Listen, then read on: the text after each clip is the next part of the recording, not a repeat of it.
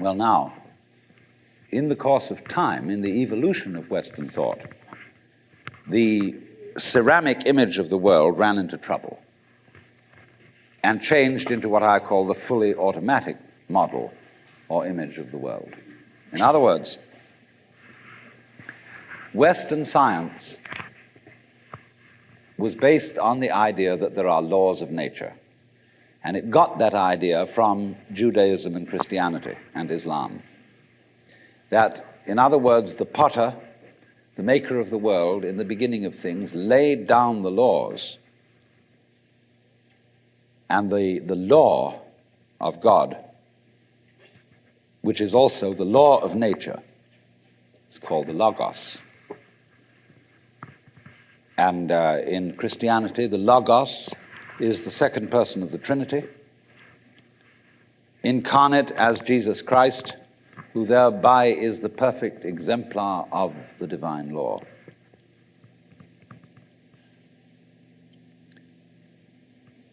So we have tended to think of all natural phenomena as responding to laws, as if, in other words, the laws of the world were like the rails on which a streetcar or a tram or a train runs. And these things exist in a certain way, and all events respond to these laws. You know that limerick, there was a young man who said, "Damn, for it certainly seems that I am a creature that moves in determinate grooves. I'm not even a bus, I'm a tram." So here's this idea that there's a kind of a plan, and everything responds and obeys that plan. Well, in the 18th century, Western intellectuals began to suspect this idea. And what they suspected is whether there is a lawmaker, whether there is an architect of the universe.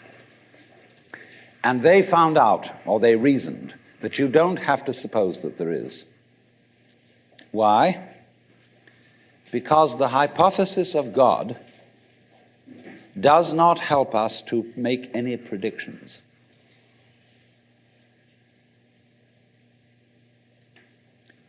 In other words, let's put it this way. If the business of science is to make predictions about what's going to happen, science is essentially prophecy. What's going to happen? By studying the behavior of the past and describing it carefully, we can make predictions about what's going to happen in the future. That's really the whole of science. And to do this and to make successful predictions, you do not need God as a hypothesis, because it makes no difference to anything. If you say everything is controlled by God, everything is governed by God, that doesn't make any difference to your prediction of what's going to happen. And so what they did was simply drop that hypothesis. But they kept the hypothesis of law. Because if you can predict, if you can study the past and describe how things have behaved, and you've got some regularities in the behavior of the universe, you call that law. Although it may not be law in the ordinary sense of the word, it's simply regularity. And so what they did was they got rid of the lawmaker and kept the law. And so they conceived the universe in terms of a mechanism.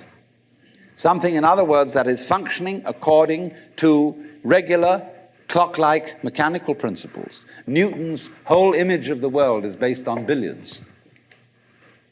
The atoms are billiard balls, and they bang each other around.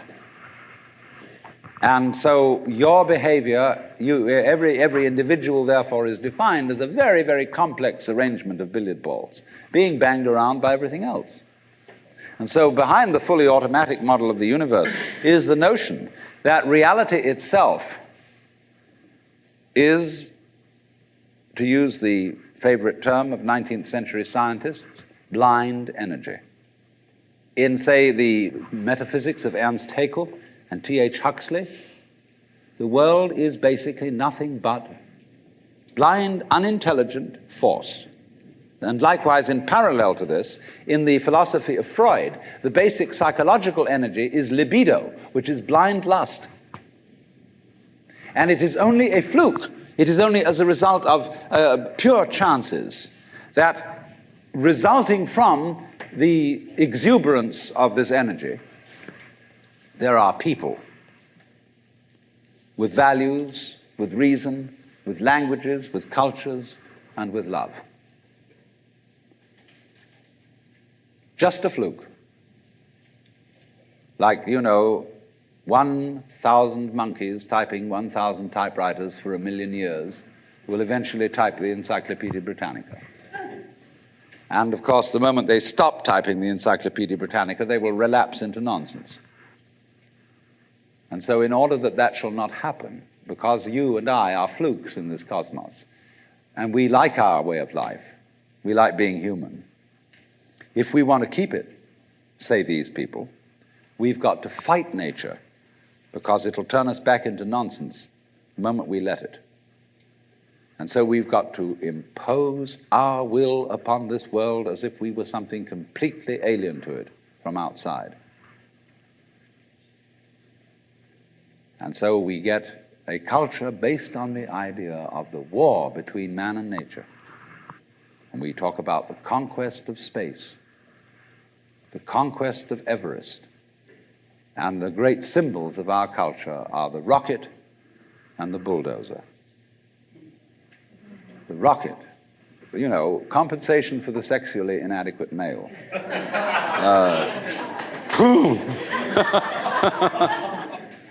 So we're going to conquer space. We're in space already, way out. If anybody cared to be sensitive and let what's outside space come to you, you can, if your eyes are clear enough. Aided by telescopes, aided by radio astronomy, aided by all the kind of sensitive instruments we can devise. We're as far out in space as we're ever going to get. But, sensitivity isn't the pitch.